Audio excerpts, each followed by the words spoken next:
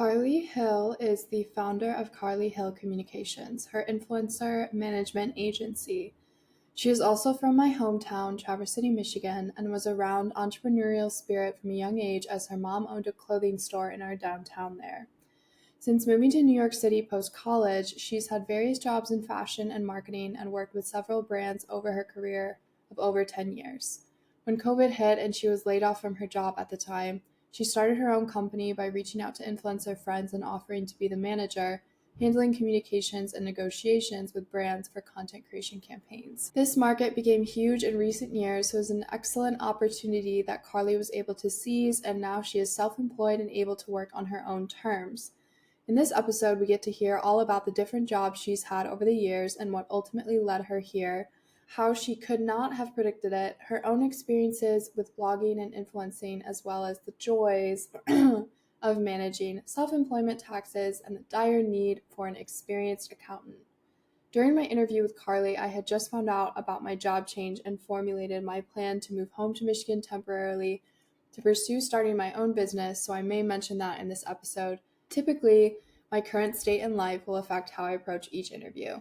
If you want the details on that, my last episode covers the updates there. The first question I would love to start with is, I was wondering if you could give me and listeners a brief insight into your background from upbringing, where you grew up, what you studied in college, initial days, like your first job, first jobs, and then up until now, what you do ultimately today for work. For sure.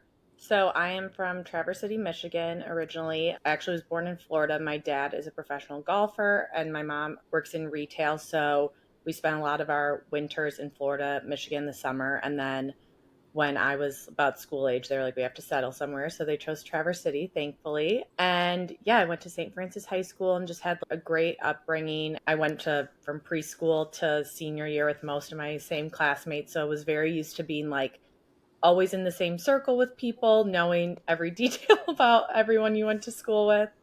And always just knew I loved fashion and big cities. I loved my upbringing, but knew there was something else I wanted to do and just wasn't sure what that was exactly in high school, I would say. My mom owns her own business, a clothing store. So that was actually my first job working in retail, gain a taste of like fashion and buying and things like that. So I loved doing that, but that wasn't necessarily where I wanted to go. And I think at that time in high school, a lot of like jobs started to come to mind that I didn't know existed from sadly seeing reality TV shows, like watching like The Hills and reading Teen Vogue and learning more about jobs that were new and upcoming. So seeing like more PR and advertising things that I didn't necessarily always hear about in Traverse City. So I was really focused. I went to Michigan State for college and I studied advertising with a minor in public relations. And I really just got involved in like any club or thing I could do there. So I was in a sorority and I was social chair. I was part of the first fashion magazine at MSU called Vim, which is still there today. And so played a few different roles there as like an editor and like a stylist or just the fashion news editor. And so kind of like dipped my toes in a lot of different places to see what I liked the most. And then my sophomore year of college, I was home for the summer, was going to work for my mom, and was like, I need to get some internships started, and actually connected with a local wedding planner. So I started doing wedding planning assisting, which was a whole other world and kind of all in some way tied back to the fashion industry world of working in events and dealing with high-end clients and just crazy hours and time. So I loved that and continued to intern for them my entire college career, would come back for certain weddings, would travel with them. And then I also interned the summer before my senior year in New York City because I knew I wanted to live there. So as most of my friends were doing study abroad, I made the choice to kind of study abroad in New York, as we'd say. And I interned with Oscar de la Renta there, which was an amazing experience. And that's kind of what I thought I wanted to do, was be in like super high-end fashion, worked in the PR closet. I legit sat my office was a table in the closet. So we literally sat on like folding chairs surrounded by dresses. It was wild, but again, amazing learning experience and so cool to be a part of that at that time too, is when Oscar was still alive. So he was there every day, and it was the height of Oscar PR Girl. So Instagram at this time was just starting to really become big. Blogs were new to the world, and people didn't really understand influencers at that time. So my boss had an Instagram handle called Oscar PR Girl while I was there. And she was kind of one of the big first influencers, I would say. So she was showing behind the scenes of work there. And it just was really interesting to witness that. And it gave me my first taste of, again, the industry, influencer industry. And so, yeah, then I went back senior year to Michigan State and was continuing to do the wedding planning a little bit, interning, was being editor of our fashion magazine, was kind of just like dipping my toes in anything I could. And an opportunity came to be an intern, a virtual intern. I was like, we were work from home even back then sometimes, for a blog called Glitter Guide, which was one of the first like really big lifestyle blogs. And their whole team was spread across the country, and they just needed someone to help like upload blog posts and like edit and things like that. I love doing that type of things, and it was my first taste of like really doing any blog work at all. And I started interning for them my senior year, which was amazing. And it really taught me, one, how to use like WordPress and start my own blog.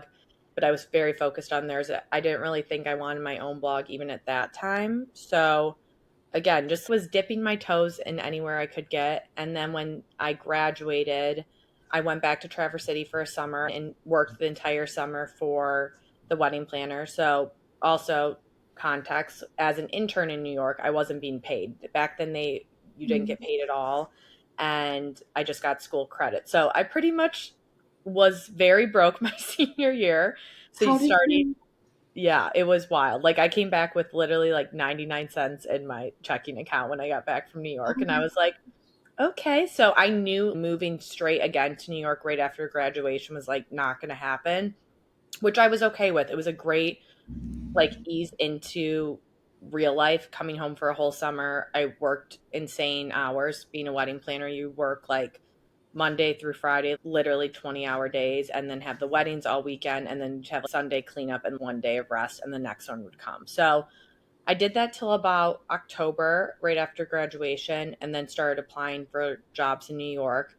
And something I kept seeing was that you had to be in New York pretty much. They would want you there that day to go in for an interview. So I lied and said I lived there already for a lot of my interviews, and went and stayed with a family friend for a week. And so I moved to New York without a job, had all my stuff, stayed with a family friend, and luckily got a job the following Monday. So it worked out well, but definitely wouldn't recommend that for people. But if you have some good people who are welcoming you and want you to stay with them, then it's great. And so that was like October of 2014. And I started working at Jones New York, which is a fashion brand. I wouldn't say it's necessarily my style, but again, was just dipping my toes into what I could find. And it was a styling assistant job. So my job was helping do all the photo shoots for the brand. We had a showroom with all the like latest campaign and all the latest collection, so helping style all the mannequins. It was fine. It was not a job I loved, and it was being an assistant. I had its Devil Wears Prada moments of like picking her kids up from mm, birthday parties and planning their birthdays, and like going to get her dry cleaning and getting her coffee every day. But it was a great way of testing corporate, I think, as well. And then that January, the company actually went bankrupt. And so, right after I just moved in with my friend and got our first apartment, they laid the entire company off. So, I'd only been there like 3 months. So, panic inducing, but luckily got like a decent severance package and knew I'd be okay for a few months. And so, immediately started interviewing places.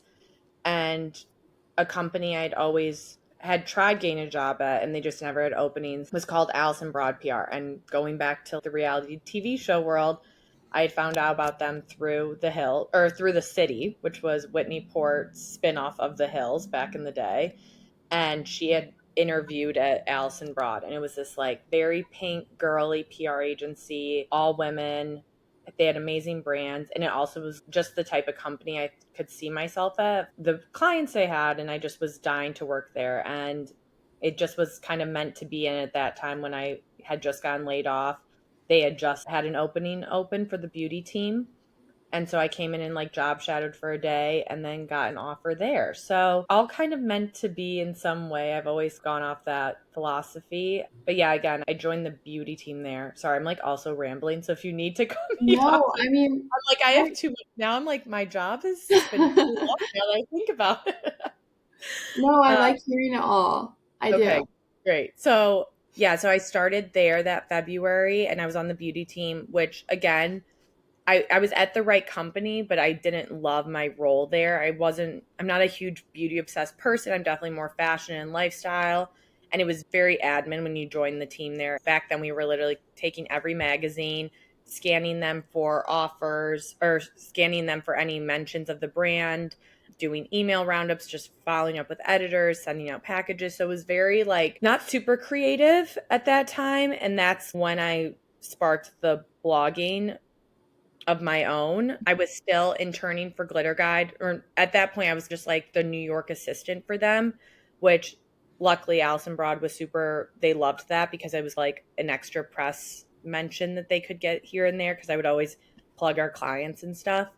So I had my creative outlet with them, but it wasn't my own necessarily. So I started my own blog at that time. And again, it was super slow. It was when I had time to do it, but it was my own, and that's what made it exciting. So I was starting to get really familiar with the blogging events and becoming friends with people at these different events because I would get invited for Glitter Guide to like much bigger events that I could ever personally be invited to. And really got to connect with a lot of girls in the industry who were growing super quickly and different brands. And at that time at our agency at Allison Broad, influencer was still so new to them, but they knew that they needed it. And like these were kind of the next round of celebrities. Like we would have celebrities come to the office all the time to like shop the beauty closet, we would say. So they would come and get to pick all of our brands and like then post about it. And so they knew that influencer was kind of the next phase of that. So they asked me to switch over and help start the influencer team at the agency. So that was super exciting to kind of like start that from the ground up. It was just me and one other colleague of mine who is still head of influencer today and just like killing it there. And we just started reaching out to every influencer we knew, small to big, started working with the influencer agencies and different brands and presenting them to our clients of how they could work with influencers and creating like a master document of every single thing you could know about every influencer, their hair color, their eye color, where they live, how many kids they have, so that we could always be like checking in with them for certain things. And it just grew and grew while I was there. So just witnessing like the start of it being just an idea to kind of like blowing up into being a full team now. When I left Allison Broad, there was only three of us on the influencer team. And I think they said they now have like 15 to 20 girls now on the team, which is amazing. It's just like really interesting to see how, the world has changed and like influencers kind of the number one thing a brand needs versus used to be the editors you needed for a magazine or at a TV show. So I was there almost 5 years and then COVID hit. And this kind of goes into my next phase going back and forth. But I knew there was something else I wanted to be doing that like last year. And I just didn't know exactly what it was. I loved being my own boss, and my blog had always been kind of my fun side thing, but I knew I didn't want to make that my full-time job. I loved it being just my fun outlet and like connecting with people in that way. But again, didn't know exactly what I wanted to do, and then COVID hit and me and about 20 other girls got laid off on day one of COVID. So it was kind of just thrown into being like, what's my next phase? So that was like St. Patrick's Day 2020. And I just emailed literally every single person I knew. And I knew brands weren't hiring because it was COVID. So, like, everyone was on a hiring stop. And I just emailed most of my influencer friends. That's who I had the most connections with from both my own blog and then through my job, and said, like, hey, whatever you guys need help with, let me know. I'm here. I'm starting a business. I don't know what it is yet, but like, it will be in the influencer world in some way. And I kept getting responses of, I need a manager. I need a manager. I need someone to help me like do my brand deals. I just don't know how to do contracts. And that's all I had done on the brand side at Allison Broad. So in a way, I was kind of this inside spy of knowing what the brands needed and how to be that person, but also being a blogger myself. I knew what, as a blogger, I wanted to see from brands reaching out to me and such. So I took on three girls that I was super close friends with and that they just needed help. And then I also reached out to a few other people in the influencer world and took on about, I ended up with 6 girls in about my first 3 months. And again, I had no idea what I was doing. And it was just like, I thought maybe I would do more of what I had been doing, like helping brands find influencers. And I took on a few like small brand projects, but I really fell in love with managing talent and kind of being the middle person of that. And so my job now is it's grown into that. It's been almost now 4 years, which is wild. And I have 12 girls on my roster and just help them with everything from pitching to gifting to their contracts to timelines to just getting them on track so they can focus mainly on the work they're creating and not have to deal with the admin or the back and forth, and making sure that everything they do is beneficial for them. And yes, that is my career path to this day, I would say. Wow, that's crazy. That was a lot, I know, but yeah, it's been a wild ride. So many twists and turns. It's nice to hear about all the ups and downs, Yeah. and how you like made it through them. Yeah. Yeah, it's definitely it's cheesy, but like what's meant to be in like the right time. I like truly believe in like when one door closes, another opens. It's terrifying to lose your job, especially in like there's nothing that can be done. It was financial reasons those both those opportunities happened, but it all was like meant for the exact right timing. And of course you have a few months of like sheer panic, especially when it was the COVID time. I didn't have health insurance. And it's during a global pandemic and there was nowhere to go. I couldn't really interview for jobs. And I also didn't want to take on a job that I didn't love. Like I'd been in a Mhm. job I loved for so long and I knew I was ready kind of for that next step. So I always just say have a backup plan in some way, like always have a little safety net of money if you can. I know that's so hard in this day and age, but I think it helps so much in moments like this that you can really sit back for a little bit and figure out what you want to do next. Yeah, definitely. It is very scary. I know. um, but yeah, I try to view it through a very positive lens as well. Yes. It helps you because it also like I think I would have stayed at that job for years if that band-aid wasn't ripped off for me. If they would have been like, oh, you can keep, I mean, I could have stayed there for years if COVID wouldn't happen and grown in that role, which is great, but I knew I was ready for some sort of change and thankfully had to come in kind of a scary moment, but it all worked out. So it Yeah, all works out in the end. it will. It will Yeah. work out. Yes. I'm really curious about the experiences that you have to share because I feel like you were working in the blogging and influencing space throughout a really big transition Yeah. because influencers are and content creators are like huge now. So crazy. Like I think my degree at Michigan State now, like you can get a minor, I believe I've heard from people like in influencer marketing, which is just so wild to me because influencer was not even a word when I went to college, which Yeah. makes me sound so old, but it's like that was 10 years ago. It's just crazy how it's changed. Yeah. I do think that's a huge thing. Like jobs are created as the years go on. I'm pretty sure like I'm a data engineer and I don't really know if that was like a thing maybe like Right. 15, 20 Like years all these ago. names get like made Yeah. up as they go and then it's someone's job. Yeah. So yeah, I guess it just got to evolve and can't plan that far ahead. But I'm not super familiar with the blogging, I guess. And as for the influencers, I see influencers online and then I had a brief moment where I tried to grow a TikTok account. It's still like under 10K followers, but I would get like people reaching out Yeah. to me to offer TikTok's collabs. wild. Yeah. It is. And like just those emails I would get, at first I was really excited, but then a lot of them seemed like Spammy. Yeah. spammy, Yeah. exactly. And I was like, I don't know what this is. And then a couple seemed legit, and I would try to negotiate with them, Yeah. and they would just ghost me. Oh my God. I know. It's the weirdest. industry in the world. And that's kind of why I started managing people. I have a range of girls on my roster who they've been blogging and being an influencer for 10 plus years.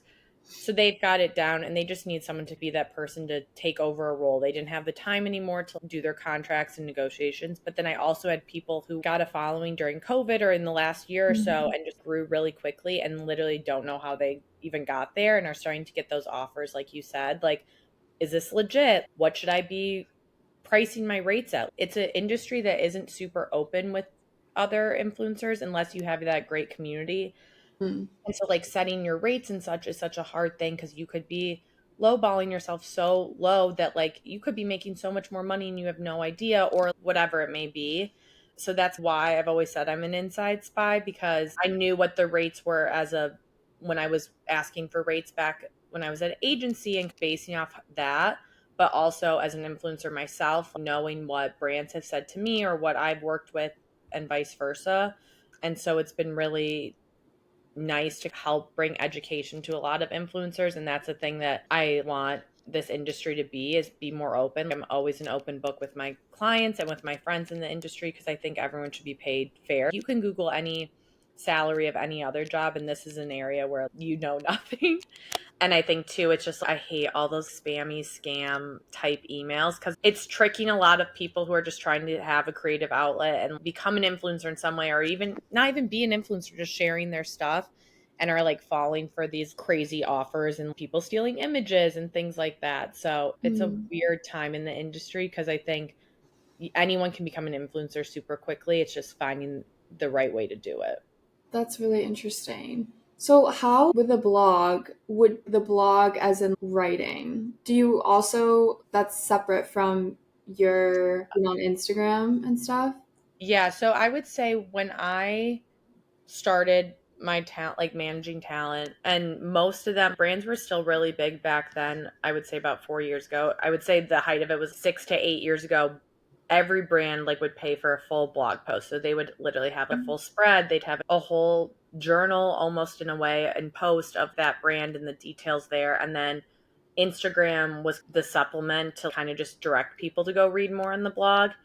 But as Instagram grew, especially with stories, once stories were brought in, that kind of changed everything because you can do a swipe up there. You can do a little mini blog post in your stories. Instagram just used to only be like grid posts, which I think so many of us forget. I even forget that sometimes. I remember the day stories launched. I was like, this isn't going to last. No, it's my whole Mhm. business. I would say now when I'm working with brands for my talent and for myself as well, it's mainly Instagram and Instagram stories. And then I have a few girls who are big on TikTok. So that's been an interesting to one to learn about because again you grow super quickly there. I feel like you have one or two really good viral videos and you could gain a ton of followers. But yeah, it's me just kind of working with either brands and agencies to integrate their products in the most organic way and beneficial way. Like a lot of people mainly is conversion. They want to see the influencer drive sales and sell out a product or just do really well with that, or it could be just they want really pretty photos they can use.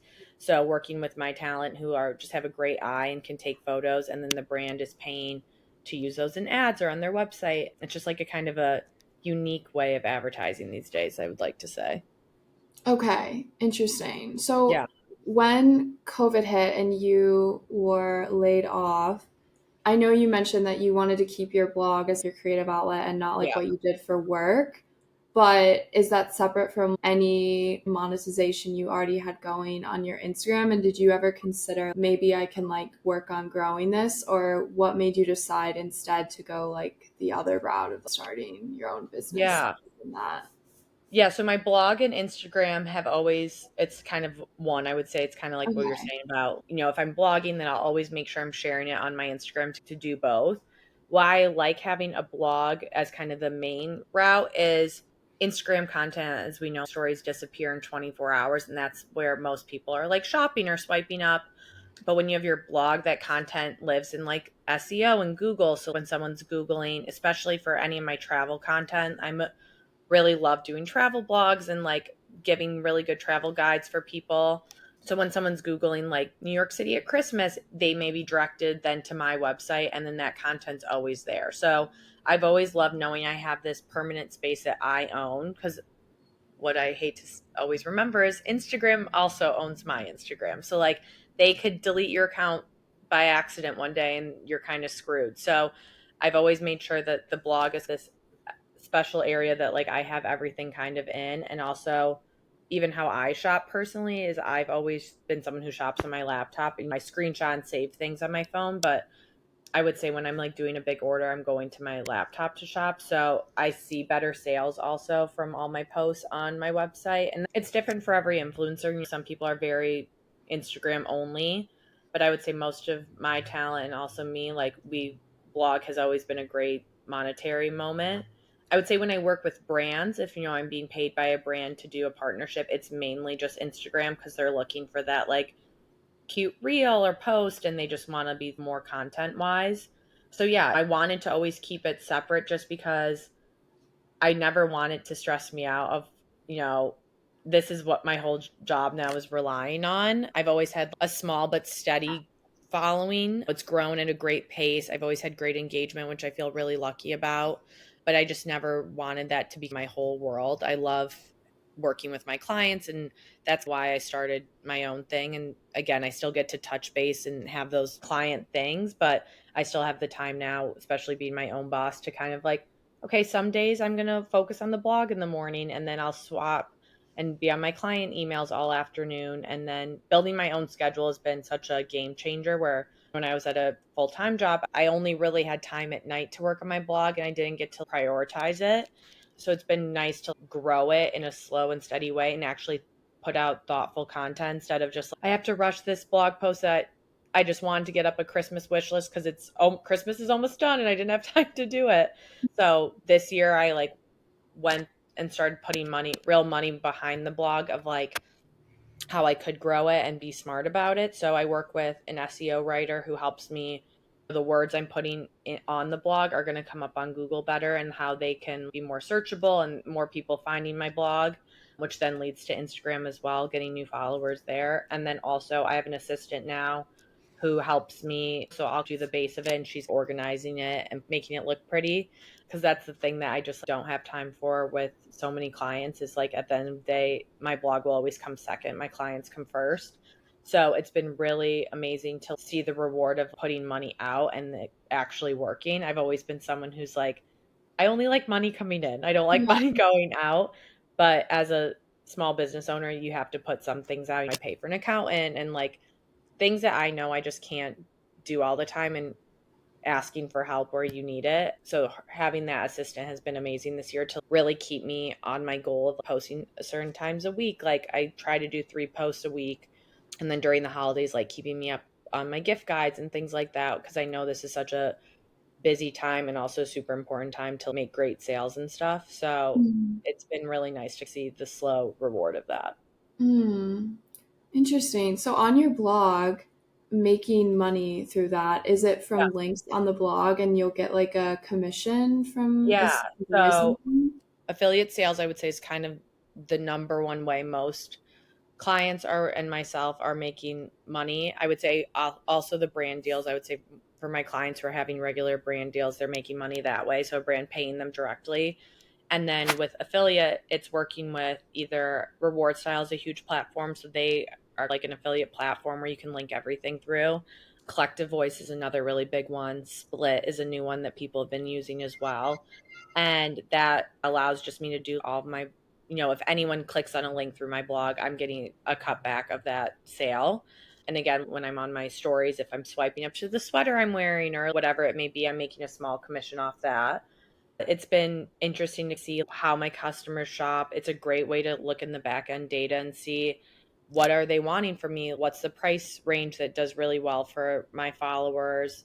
It's just been very interesting, especially during the holidays. I always ask, what are the gifts you guys are needing? And the requests that come through is really fun to shop for my followers.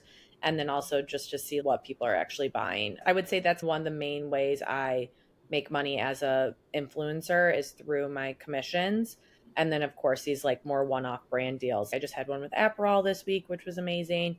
And that's a more thought out, like them approving content, giving me a brief, the whole kind of steps. That's what I do for my clients. Okay, I see. So, how would you say your current income is split between income from affiliate links, income from brand partnerships, and then income from your own company and your Yeah. clients? So my company's definitely, I would say, 85% of my commission or my income. So how I work with my clients is instead of doing the retainer rate or something like that where they're paying me the same each month, I take a cut of their jobs. So any Mm. job that I'm getting for them, let's say they get an Instagram story for $2,000, they're being paid, I get 15% commission of that job from them. So the more jobs I get for them, the more money I make, which is a Mm. very big encourager. I Yeah. always want my clients to do well. And again, it's being thoughtful. They can say no to any job that I offer them. I'm like the middleman of being like, this brand came to me with this offer. Here are the details, the timeline, the product, so that they can get an overall sense of it. And then they can say yes or no. And then going from there, once that campaign is paid out to them, then they pay me a cut of that job. Mm. So again, especially this time of year when it's holiday and it's a super, super busy time for my clients, this is a super lucrative month for me. But January and February can be super slow. And that's where I feel grateful to have my blog too. I can push affiliate more. Maybe I'm super lucky where I get my own brand deal. But I would say always my clients are my number one way of making income. And then affiliate and brand deals for me is like another 10% each. I don't say yes to everything, especially because it is my fun outlet. I really only say yes to the brands I love to work with or are a fan of. So I turn down a lot, which I feel grateful to do. I know not everyone feels that way and will say yes to everything, but I always am, the products I'm promoting, my clients, I think, feel the exact same way of what they promote too. Is I want to make sure it's super organic for me and something I already love, and I would never like steer my followers wrong. So it feels really nice to be able to pick and choose the ops I'm getting. So, but yeah, Mm. clients are number one, I would say, and then that's my fun money. I always like to say is my blog. I see. That's so cool. So do I know like influencers will have an email in their bio? Yeah, Like is this email something that like you might manage for them? That's where brands then get in contact and then you kind of filter these things out and then deliver it to your clients and be like present it, I guess. Be like, all right. totally. Yeah, so it works a few ways. As I've grown my contacts for my clients, they're either those brands and agencies are reaching out directly to me and sending me the offer, inquiring about certain people, or it's that the brand, maybe it's a newer brand will reach out to my clients directly and then they just forward it to me or loop me in so I can kind of jump in and take over the conversation.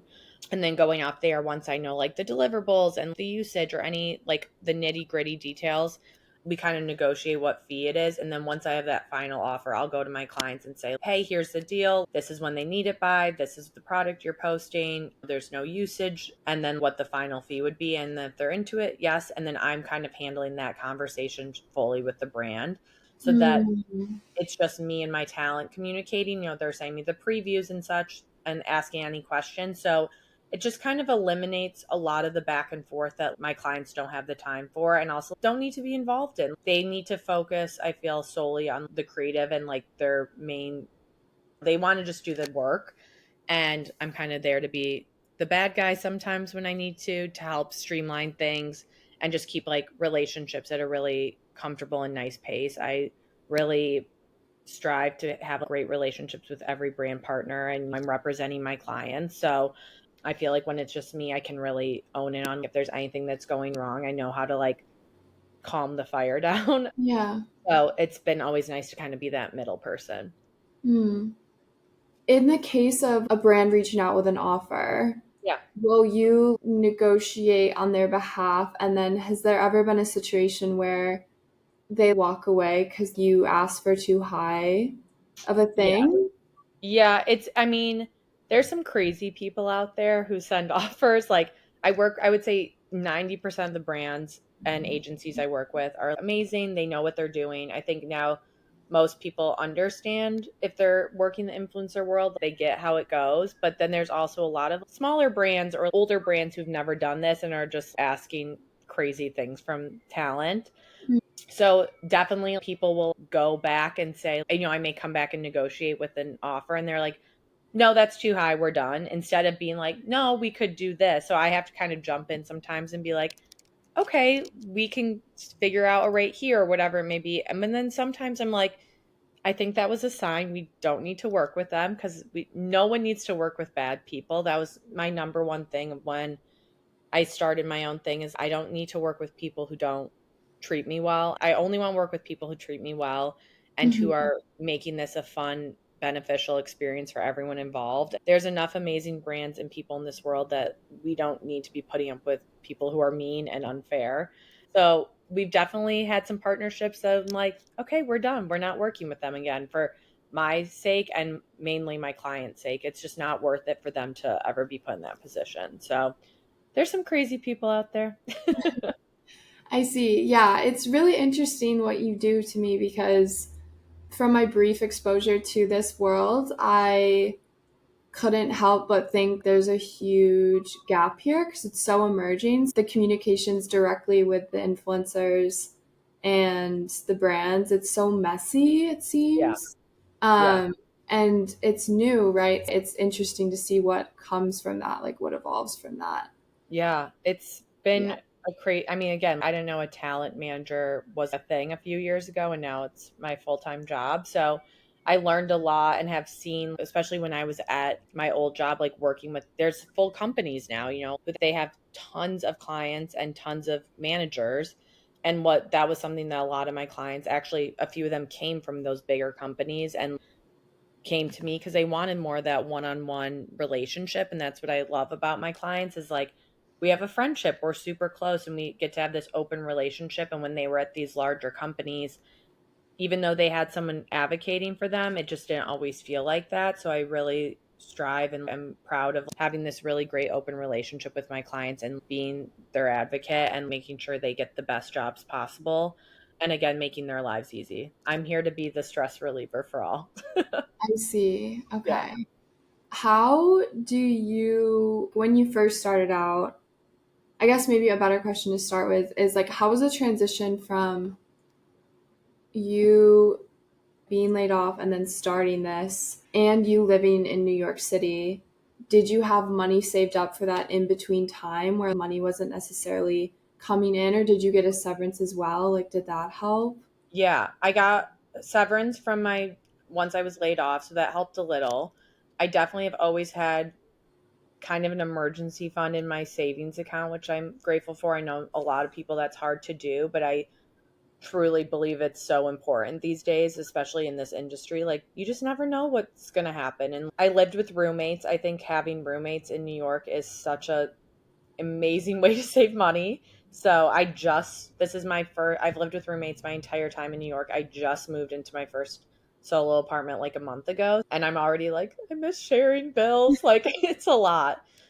And also during that time, it was COVID. I stayed in New York with my roommates till June. So we were in New York in like height of COVID, March through June.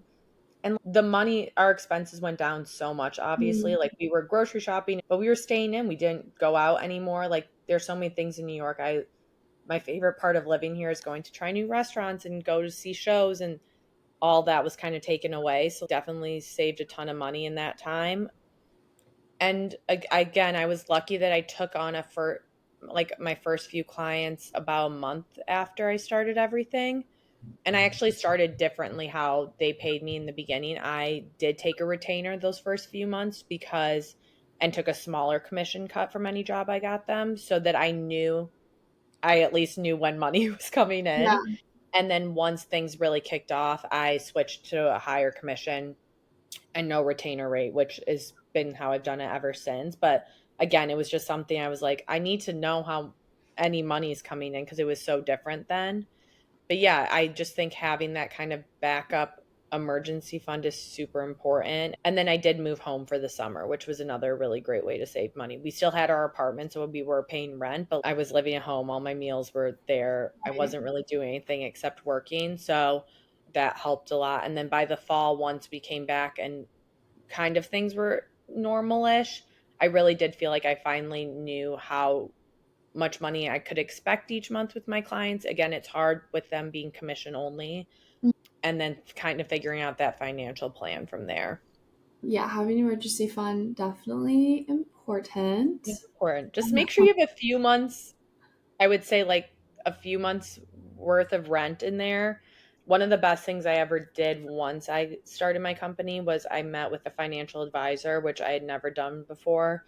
I worked with this company called Financial Gym. I just Googled them and they do a Zoom call with you and kind of just like talk through everything.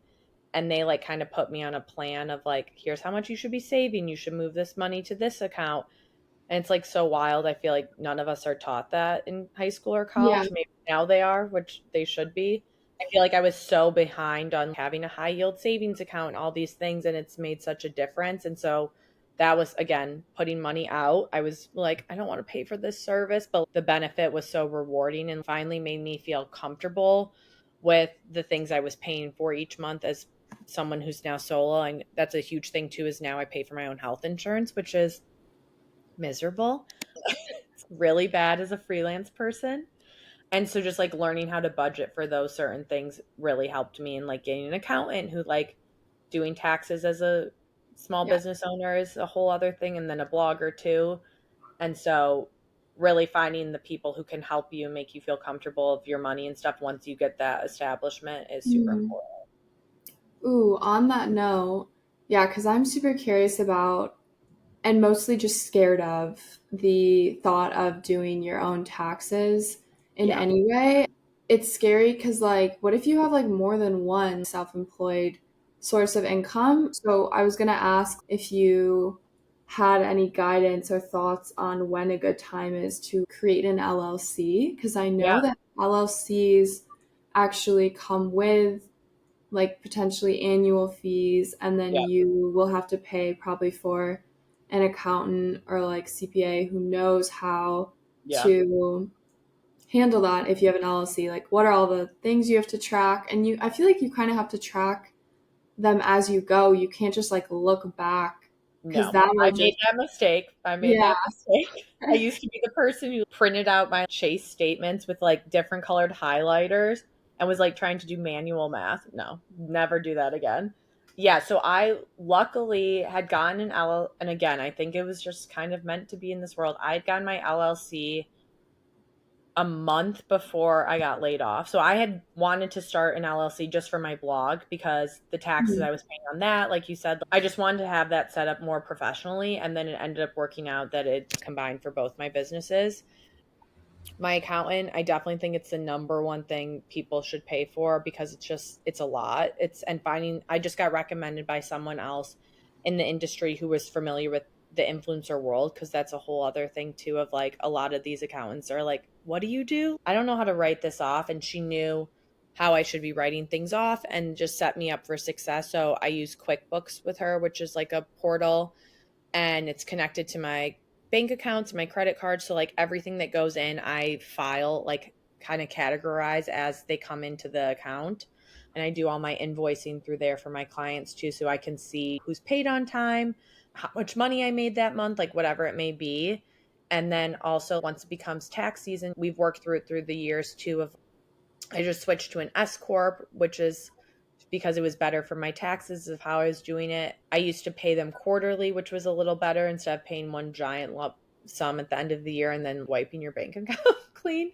This kind of at least was an easier process. But yeah, it's one of those scary things of it's putting a lot of money out into the world at first, and also it's an annual fee like you said, but the benefits of having someone who's guiding you. I just have anxiety at all times. It feels like about money and tax things like that, and knowing someone else I can trust who's going to guide me the right way is super helpful. So, I definitely recommend like anyone starting a company to get that LLC set up and just set yourself up from success right away and having a great system in place, because that's the last thing you need to worry about. I feel like sometimes is like the crazy finance organization admin world, and I feel like as you get deeper into it, it's harder to get more on track. So the earlier you can do it is much better. Hmm, okay. Do you have one for like your income from your blog and Instagram as well as your company? It's all under one LLC because it's the same name. So that was a perk of Mm, naming my blog just my name, which was back nice. then not the trendy thing to do. It was a lot of sequins and stripes and polka dot crazy names. So glad I stuck with my name. And it's categorized differently in my income. So once I get paid from a brand, I'll say like blog income. If it's a client, it says like client income. She set up a really good system to kind of see the breakdown of like how I'm paid through each of my things. Commission income. So when I'm getting my affiliate money in, I know that was from only commission only versus when a brand pays me up front. I see. Yeah. Okay. Always good Yes. to know. Yes. Here for any Oh gosh. LLC questions at any time. I'm wondering right now if I should make one for the podcast, but Yeah. I think what's holding me back is it would only be for deductible because I haven't actually made any money, but I've spent Right. money. Right. But then also I'm scared too because I kind of want to start a new business that's going to be named something else. Yeah. Have both of those, and so I'm like, do I really have to pay two No, I LLCs? think again, why I pay an accountant, but I would talk through like someone and kind of see their best opinion. You may be able Mhm. to do as like one, depending on like the company's name and like what the services are. But I definitely think maybe wait and see once you figure out exactly what you want to do next and then like really go to them and figure out the next best. Again, because you're not with not making money yet off of it, I think you're in a good spot of you don't have to worry about being paying taxes on those things. That's the one thing that's annoying about the influencer industry world is like taxes aren't taken out up front. So I'm paying like back end taxes on like pretty much everything. So you'll feel rich for a few months and then that's taken away from you. Yeah. But it's good. It's like she set me up of like how much I need to save or put away because I know what is projected for the next few months. So I think once you figure out like your next best steps, I think setting that up, LLC up and will be really beneficial for sure. Okay. Yeah. Okay. Makes sense. Ugh. So Um, many things, so many I things. know. I know. So I was wondering if you could tell me your favorite thing about working for yourself now. Definitely having my own schedule. It's really nice to just be like, I'm going on this trip. I will work from my trip, but I'm not telling you I'm going on this trip. When I worked at my agency, we only got 10 days off a year. And that was really hard for someone who loves to travel and also doesn't live in the same town as her family. So holidays and stuff were super hard. And I would blow through my vacation days in February. It was just too much. So yeah, that's been an amazing experience to be able to travel so much this last few years. And like, I work on the go, that's a really great blessing of my job too, is mainly email. So I can email from wherever. I'll email at 3 in the morning in London. I can email on a boat in Italy. I've gotten really lucky these last few years of being able to work really on the go and still stay on top of everything with my clients, but not have to worry about really checking out, I would say. Yeah, that definitely seems very appetizing. This past year, being a contractor, there's a couple cons. While our base pay might be like maybe higher than a salary job with the Yeah. same market level or whatever, which I'm not even sure how true that is, but that's something I would tell Yeah. myself, Yeah. is no guarantee of severance if it ends. And then also, the main thing is you don't get paid days off. Oh, So interesting. when you Okay. take days off, you have to ahead of time factor that into your budget. And a lot of times when you're taking a trip, you're spending money, right? So it feels Right. like you're losing double money when Yeah. you take a trip. So Yeah. that was one thing I like blindly was like, it'll be fine. And then like when I it know. came to it, it was A like, lot of things you don't know until you're like in it. And you're yeah, I remember being like, oh, 10 days a year, that's totally fine. And then I was yeah. like, 10 days is nothing. Yeah, Um, yeah, yeah, especially when you're like in that position where you really want a job and you're really excited about it for other reasons, totally. and it's like Totally. rose-colored glasses. You're not. I Yeah, wasn't thinking clearly. exactly. You live and you learn. Yeah. What is something you do differently if you were starting now, knowing what you do now? And I'm talking about your company here. Yeah. I would say I wish I would have, I was just taking any client I could get at that point, which I had to do. Like I needed the money and was excited to take on them, but I wish I would have stuck with my gut a little harder. As I took on a few clients I knew weren't going to be beneficial for me and have some issues with. Again, it was kind more for finance reasons. Like I knew I could I needed those clients, and it worked out that I got better ones right after that. But I definitely took on a few clients who didn't really match the brand messaging, and or like kind of what I was saying, I only wanted to work with people who were kind and going to be easy and fun to work with. And Hmm. I definitely took on some crazy people in the beginning. So just listening to your gut is super important. If you feel like something's off, it usually is, I think. And just, working with the people you actually really want to work with. Yeah. How did you end up transitioning through that? Were you just like, oh, maybe it's no longer? Yeah. So it was different for a few because at that time also I was still taking on like brands as well. So I was helping brands with them with their influencer marketing. Something I did do that helped with this is I did in all my contracts in the beginning, I did a 3-month trial period. So it allowed me to, if neither of us were happy at the end of the 3 months, we could end it, or if not, we just continued on. Mm, And so for two of those clients, after the 3 months, I was like, I don't think this is going to work out. I appreciate you taking me on, but I just don't see this as beneficial. And they kind of agreed to. I think they knew they weren't in the right place to be taking on an employee or a manager, whatever it was. So I think that's a great way to also, if you're testing like certain clients and stuff, to kind of put that trial period in, and it really will make you have an out in a way. But mhm. otherwise, I just kind of went to them and shared, like, I again really appreciate you working with me, but I just don't see this moving forward. And it all worked out in the end. Yeah, But it's yeah, scary to kind of like fire someone in a way. yeah, Um, but again, yeah, that trial period is super helpful.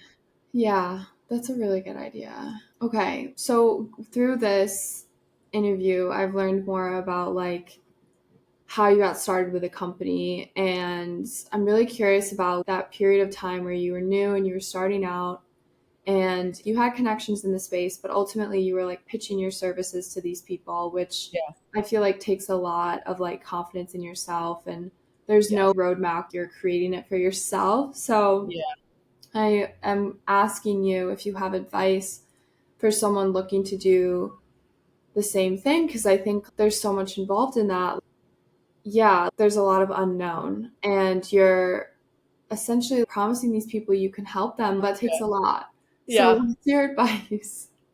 Now that you say it like that, I'm like, wow, I did have a lot of confidence back then. Yeah. No, I think the number one thing is when you're reaching out to people is just like, I went in for all the people I, went to. It was like, I just want to help you. I just want to find a way and have an Mm, open conversation. I think getting on the phone with people is like the first step, or having that blind email. People really do react well to that confidence, like you said. Is like, I'm here, I know I can do something for you, I can help you in some way. I had those a lot of intro calls. I said, maybe you don't want a manager now, maybe you don't need my help now, but I just hope I can be someone that you think of for future, and just chatted with them. I wanted to know what was stressing them out about their jobs, and what are ways that they were like looking to grow in the next year, and just had an open conversation with a lot of them. So I think the number one thing is when reaching out to people, just share again why you think you're right to help them, and brag about yourself. Like you should. People have like amazing things going on and there's a reason you're starting your own company, and that's a huge thing in itself. I think people who also see someone who's looking to do this on their own is a huge step, and obviously has a lot of thinking behind it. It's not just like you blind emailing from a random job you took and such. But yeah, just having that open conversation with people and knowing it might not be the right time, as my motto of this conversation has been, but it could be something that could be something big in the future, or just a few months later on. So just keeping that open relationship with people is super important. okay. Love the advice. Yeah, Here for that's advice anytime.